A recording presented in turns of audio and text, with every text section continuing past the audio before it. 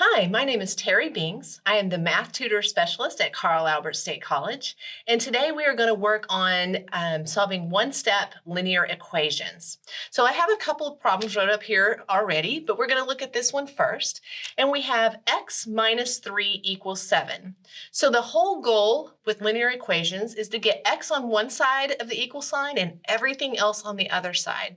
So we want to move this 3 from this side over here. So what we're going to do is we always do the opposite. So here we have a negative 3. So the opposite of a negative is a positive. So we're going to say plus 3. What we do to one side, we have to do it to the other side. So we're going to add 3 to this side as well. Then this negative 3 and this positive 3, they will cancel each other out. So that leaves us with x equals, and 7 plus 3 is 10. So x equals 10. All right, so let's look at this other equation over here. We have x plus 4 equals 9. So it's the same thing again. We want x on one side all by itself and everything else on the other. So we want to move this 4 to the other side. This time we have a plus 4. So the opposite of a plus is a minus. So we'll say minus 4. Again, what we do to one side of the equal sign, we have to do to the other side. So we're going to minus 4 on the other side as well.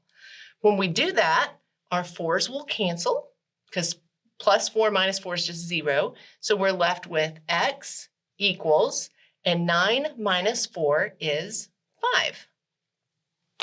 All right, we're going to look at a couple more here. I'm going to write this one down. We're going to say 2x equals 10. And so on this one, again, the same thing applies. We want x by itself. So here we have a multiplication problem. So we have 2 times x.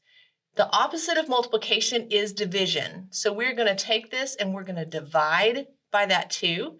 What we do on one side, we must do on the other side of the equal sign. These 2's will cancel. And so we're left with just x equals, and 10 divided by 2 is 5. So x equals 5. So let's look at one last one here. We've got x over 3 equals 5. So same thing applies to this one. We want x by itself over here, so we need to move the 3.